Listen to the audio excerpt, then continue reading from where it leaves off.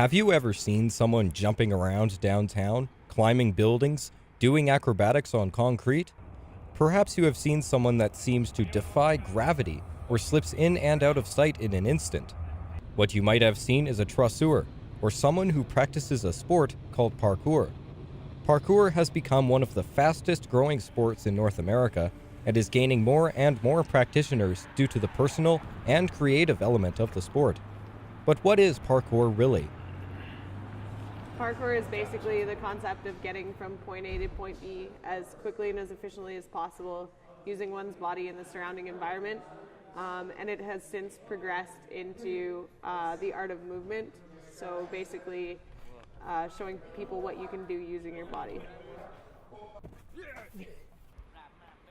Yeah, it was developed in the French military, just basically as training techniques to be able to get over and under and through obstacles quickly and efficiently, as a total body fitness, basically to be strong, to be useful. There's people out there that say parkour is just a means of efficiency. They say free running is a form of just being flashy, and then there's tricking, and then there's everything.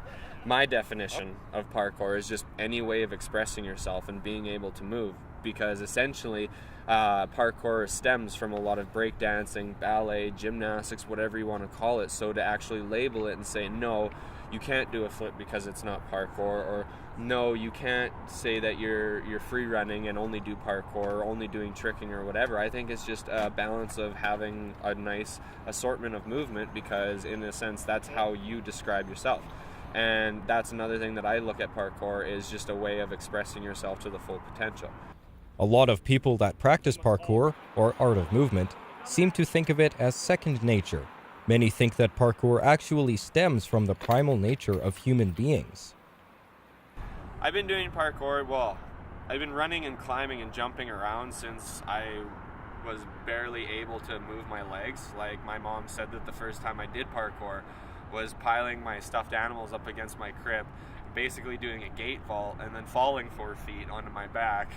And I was still barely able to crawl then. So I was doing stuff like since before I could remember.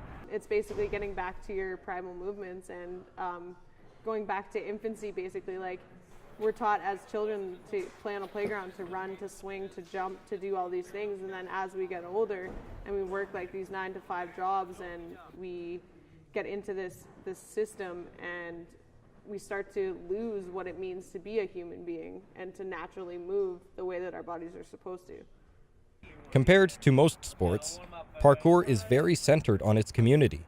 People move at their own pace and progress when they feel ready, all while being encouraged by their fellow practitioners. It makes for a very positive environment.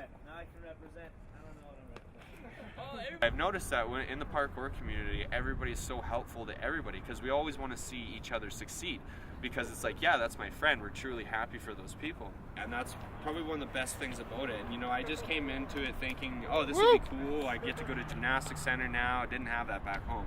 I get to do some flips, get a foam pit, get a trampoline, whatever. And then made some friends, and then No Limits kind of started, and then we all started running together, right? Jamming, right? As a group and whatever. And it just kind of started from there. I started feeling more comfortable with the people that I was around, actually noticing that people were admiring or noticing the fact that I was progressing is another thing too, because never had that, even when I was in hockey or in basketball or whatever, even if I would do good or improve, it's not like it was noticed, right? Because it wasn't on like a regular scale or a regular basis. The parkour community of Calgary is extremely passionate about their training. They needed a spot where they could meet up and improve on their skills together. No Limits AFC was founded on this principle. We sat down with Curtis Broders, one of the owners of the gym, to gain some perspective. Well, basically, when we first started, we had nowhere else to train, like on a full-time basis, and we tried to go a bunch of different places all over the city. We started off obviously going outside when we could, but living in Calgary, we only have a limited season here, so we were hanging out in a bunch of other gyms, other training facilities, and just really saw a need for putting a place together that we could train more often. And the real goal was to have like a hub for everybody to kind of meet at, where it didn't really exist before. So really our biggest goal with creating the place actually was just to provide that community atmosphere and that connecting ground for everybody to come out to. Many practitioners think of parkour as something more than just a discipline. You could even say that Traceurs practice parkour religiously in some cases.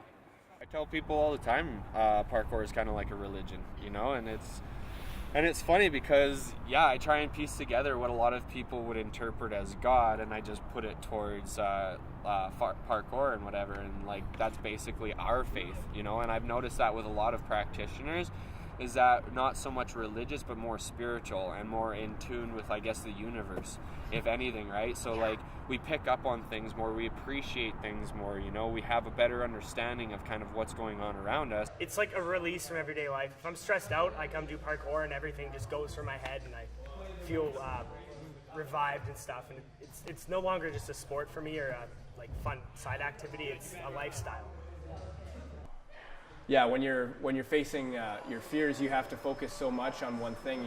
You become so focused that you block everything else out, and it's really a release because it's at that point you do block out everything else. You're ignoring all the other issues you have in your life, and focusing purely on where you are in the moment, and that's very powerful.